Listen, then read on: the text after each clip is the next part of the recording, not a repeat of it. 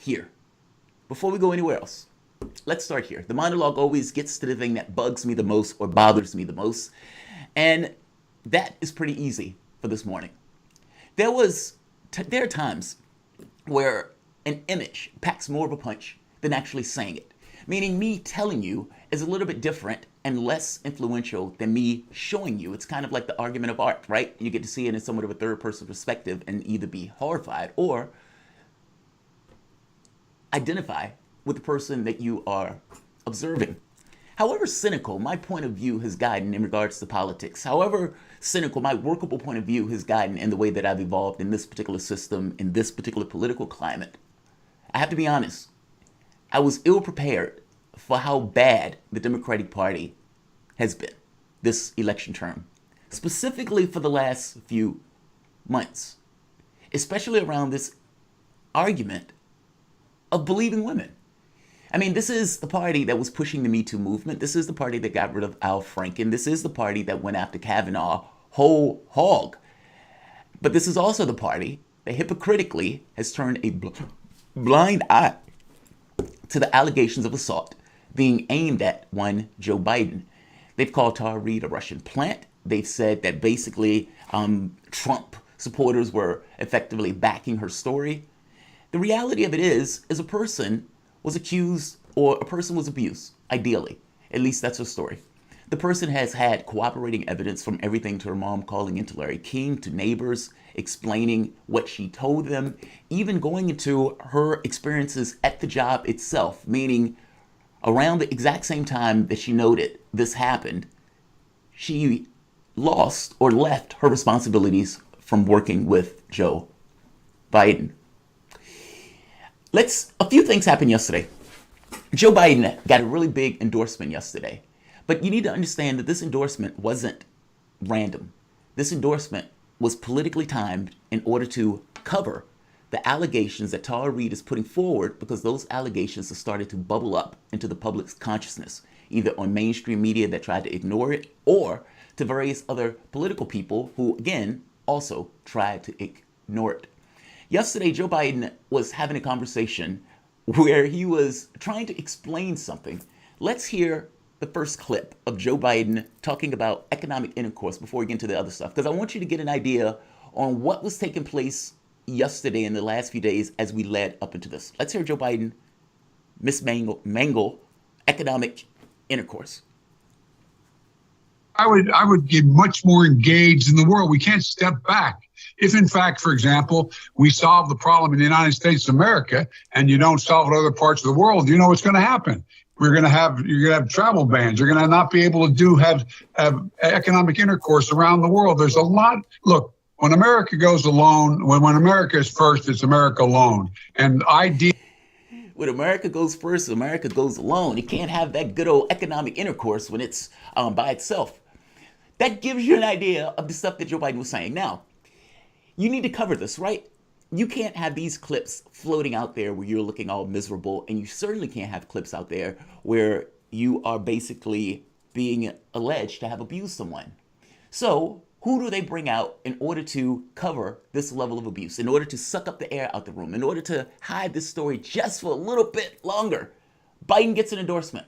One, Hillary Clinton. And to make this how comical this is, in the same way that Joe Biden said economic intercourse in the other one, Joe Biden fell asleep on camera during the live stream during this endorsement. Let's hear the clip with Clinton endorsing Biden and Biden falling asleep during Clinton making that endorsement.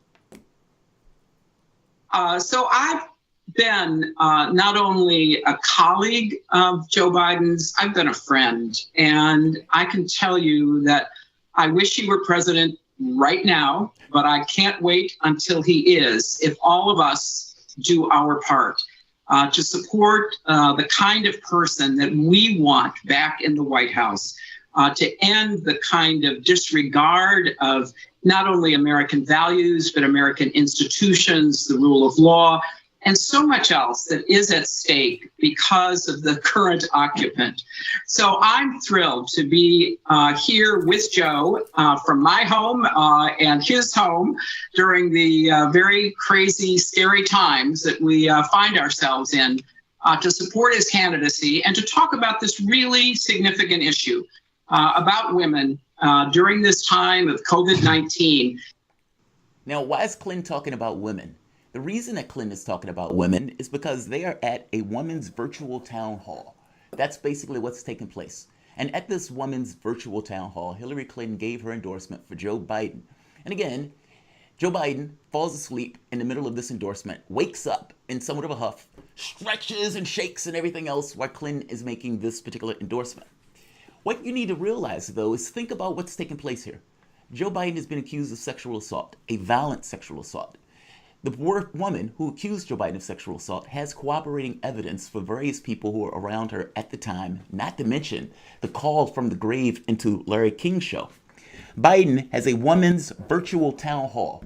And in that women's virtual town hall, one of the top women in the Democratic Party endorses Joe Biden.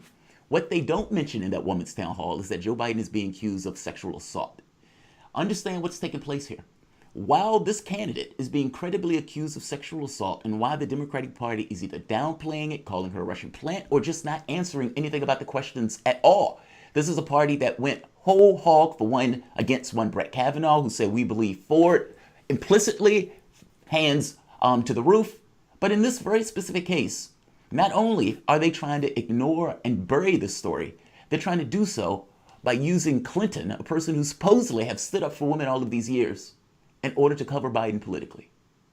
Nancy Pelosi did the exact same thing a few days ago when she came out to endorse Biden. These endorsements aren't random. The fact that these are women aren't random. The fact that these are the top echelon of females in the Democratic Party is not random. All of this is to cover Joe Biden. All of this is to hide and bury these claims. That's the beginning and end of all of these endorsements. Yes, Clinton was going to endorse Biden anyway, but I'm making the point that the timing of this endorsement is not random. The timing of this is entirely politically opportunistic. How gross is this? Not only are you going to disavow what she's saying, but you go further into this notion and trying to hide it. Let's hear Stacey Abrams, who's throwing her hat into the ring for the Democratic Party. And I want you to see the problems that come along with the moment that you are affiliating yourself with Joe Biden for the vice presidency position, especially if you're a woman. Because basically, if you're going to say, I implicitly believe women, and you have the situation where Joe Biden says you should implicitly believe women, and that same Joe Biden who says implicitly believe women is accused of sexual assault, then you, as a female, what are you to do in this particular situation? What's the rational and logical only option that you have if you're trying to become vice president to Joe Biden? Let's hear Stacey Abrams. I believe that women deserve to be heard, and I believe that they need to be listened to. But I also believe that those allegations have to be investigated by credible sources. The New York Times did a deep investigation, and they found that the accusation was not credible. I believe Joe Biden. I believe that he is a person who has demonstrated that his love of family, his love of our community has been made perfectly clear through his work as a congressional leader and as an American leader. I know Joe Biden, and I think that he is telling the truth and that this did not happen. She knows Joe Biden. Joe Biden has been caught sniffing people's hair. Joe Biden has been caught in one uncomfortable situation after the next where the person felt uncomfortable. And in this very specific case, there is no reason, if you're going to believe Ford and if you're going to believe that Kavanaugh was somehow guilty, that Biden also gets a pass on this. All of this is politically opportunistic. That's what you must understand. And I'm making the point that it is utterly disgusting for them to take this hypocritical position of dinging one while entirely believing the other. Bob, political opportunism, right? Like, this is disgusting hypocrisy. It was funny there. Did you hear Stacey Abrams almost say he loves women? Yeah, he was right. Like, she wanted to say he loves women. Right, I caught that. She almost gave it away. Yeah, I mean, if you're not planning to be the VP and say that with a straight face so the Biden team can hear you say it out loud before they select you, I don't know what you're doing there. But how are you going to take a person's word about something that happened 36 years ago? And how's the New York Times the credible source that's investigating it? It's not a law enforcement. It's not, I don't know who it needs to be, but it's surely the New York Times shouldn't be seen as a credible source. They came out and reported everything that they found. They didn't find the Larry King tape that's come out. They didn't find this neighbor at a moments after the incident happened that Tara Reid told about it. I mean, so how did the New York Times miss stuff, but then they're using it as the credible source? The other big wrinkle here, Jamarl, and I don't know if we've talked about it much on the show, but are the Senate records by Joe Biden. There are in storage at the University of Delaware about 1,800 boxes of photographs, documents, videotapes, and files that went into storage in 2012. And that's what Tara Reid is now calling to be released. Initially, those were supposed to be released 2 years after Joe Biden left office of the vice presidency in January of 2017. They did not get released in January of 2019. And in April of that year, the university came out and said, we're actually going to hold on to these until 2 years after Joe Biden leaves public office. And so there's no way, at least unless compelled to do so, that Joe Biden releases these papers. And if that looks as, how is this at that point any different than Donald Trump not releasing his tax returns? Or Bloomberg. It's again, it's a mystery. It's boxed, it's closed off, and you can't get to it. For me, it's just the exact same show that Trump's putting on. It's also Bloomberg and the NDAs. I mean, when Warren is like, hey, if you don't have anything to hide, show the NDA. If you don't have anything to hide, show the NDA. Isn't this the exact same situation? All right, Joe Biden, if you don't have anything to hide, tell them to release the files. Yeah, and it doesn't look good. The more people that get involved, the more people that come forward. These are just more and more interviews on national television that are going to drag well into the fall. And again, I don't know if I agree with you on the timing of Hillary Clinton covering this up. I think an endorsement had to come, but you only got to do it once, and it's April. You still have 6 months to go. There's not 6 months worth of Hillary Clinton footage. I'll also note, I wish our viewers, if you didn't see Biden, if you didn't see Biden dozing off during Hillary Clinton's endorsement, Hilarious. I don't know what else he did that. Why are you not just like resting all day for like the one big event you have? But in that moment there, you again see, and it really shows the cognitive difference between a Bernie Sanders and a Hillary Clinton. Hillary Clinton, for whatever you think about her, is still incredibly sharp. I mean, she's still very capable of giving that speech in that moment, and she showed that she was able to do that yesterday. But then here is Joe Biden falling asleep, and it makes you wonder, again, is he going to make it to the nomination to November? And if he doesn't, I feel like, and I hate to say this, Jamarl, that Hillary Clinton seems like the most logical person to replace him. Really? You think they're going to put Clinton in? Who else at this point? Who else has the name recognition? Who else has already beat Trump? I think that would obviously be the line they used. She lost to Trump. I don't know who else they replace. It would have to be either Sanders or Clinton. And I could tell you right now, if the Democratic Party had a pick, there's no they're way. not going to pick. Yeah, they're not going to pick Sanders on this.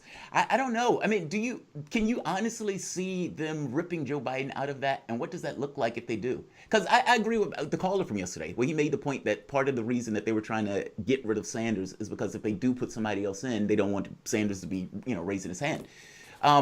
Do you think they would do that? How would that look, them ripping Biden out of that? I mean, I think for it to happen, Biden either needs to pass away, and I'm not saying I hope he does, but I'm just saying he'll either die, or these allegations will just get to a point where he has no choice but to leave. The Senate papers come out, or somebody else comes forward with testimony that there's no other way for him to stay in office. But we have 6 months to find out if he'll make it to November. But for right now, Jamarl, we do need to take our first break of the hour.